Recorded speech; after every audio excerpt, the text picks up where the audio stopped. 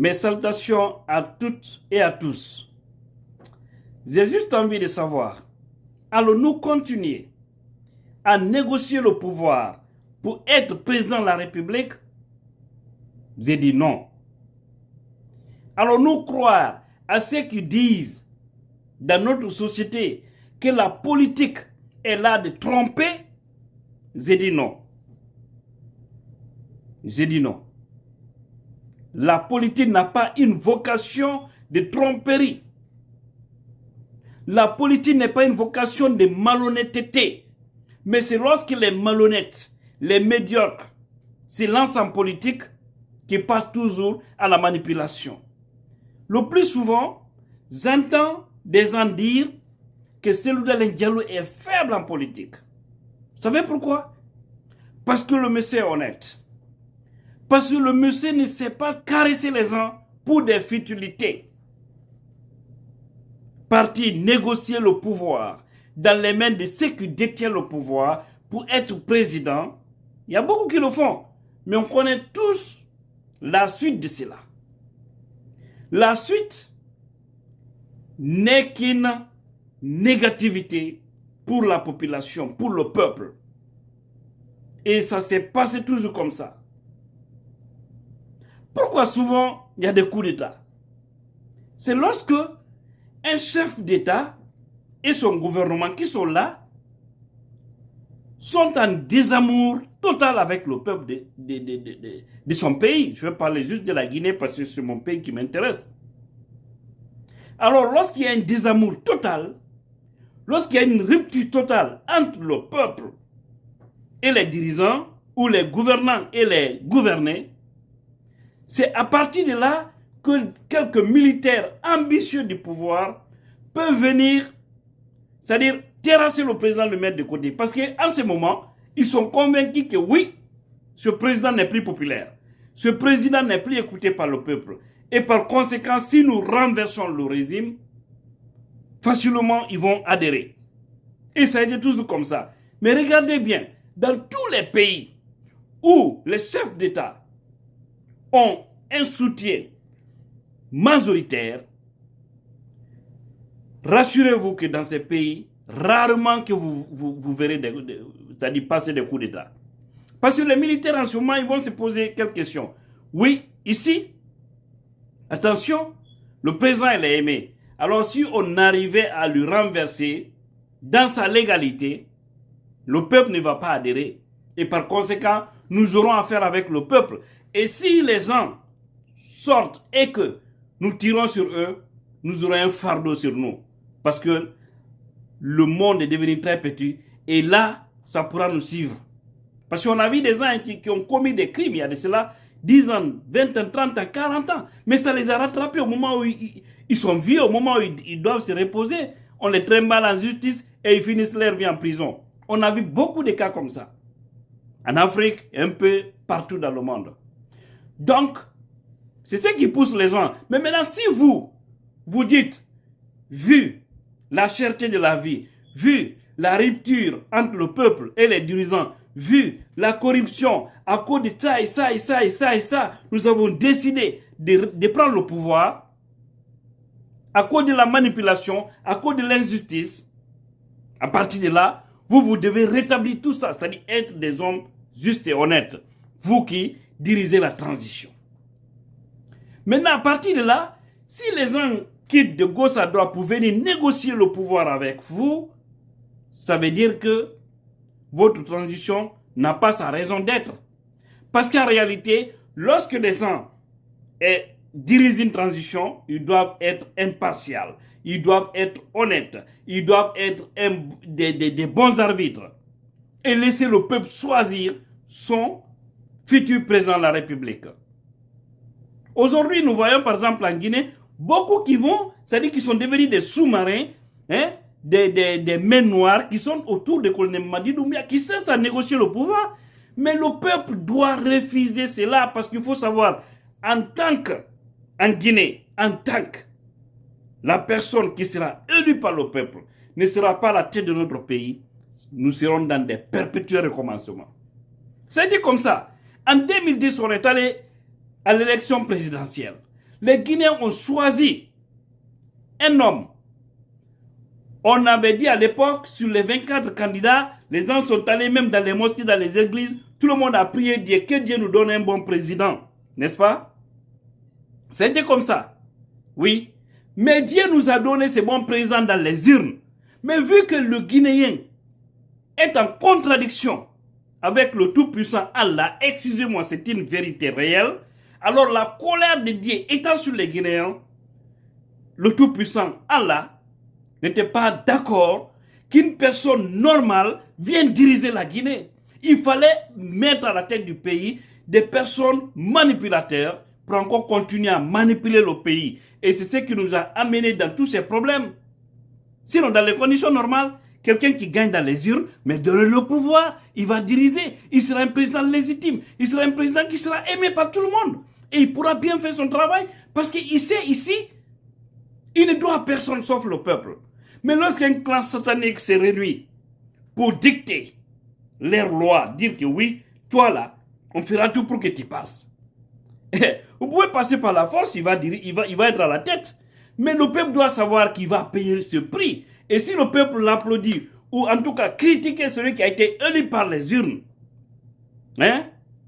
Dire que non, il est faible, il est ceci, cela. Vous refusez de sortir aider ces derniers, vous allez tous payer le prix.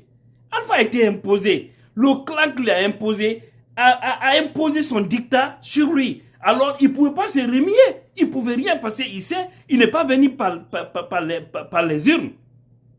C'est pas possible. Donc, il fallait pour lui qu'il soit esclave de son clan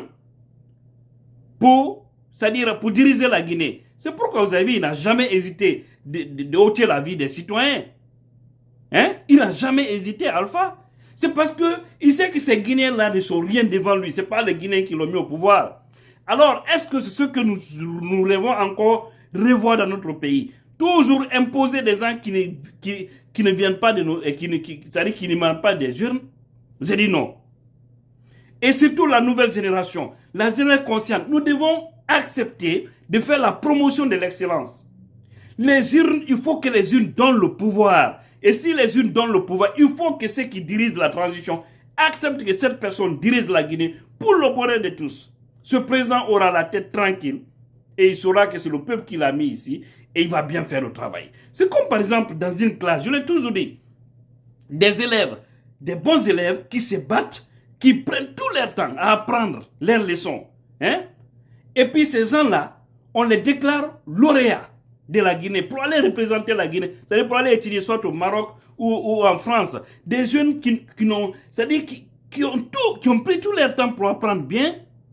Alors, vu que dans l'administration, ils n'ont pas de relations, mais ce sont les meilleurs de la République, alors les clans sataniques se réunissent là-bas, ils soustraient de l'argent dans les mains des autres, en tout cas des familles riches ou des enfants, des hauts cadres, on les fait remplacer. Ils prennent ces médiocres-là, on les envoie au Maroc ou en France pour aller étudier comme lauréats de la Guinée. Et le plus souvent, quand ces gens-là vont là-bas, ils font la honte de toute la République parce qu'ils ne pourront pas faire l'affaire. Ils ne pourront pas parce qu'ils ne méritent pas. Au fait, il n'y a rien dans la tête. Donc, ils feront honte à la République. Et c'est pourquoi souvent on dit nos lauréats sont des médiocres. Pourtant, ce n'est pas les meilleurs qui sont allés. Ceux qui ont gagné. C'est comme ça aussi à l'image des élections. Le plus souvent, on manipule, on impose des gens qui viennent faire des deals.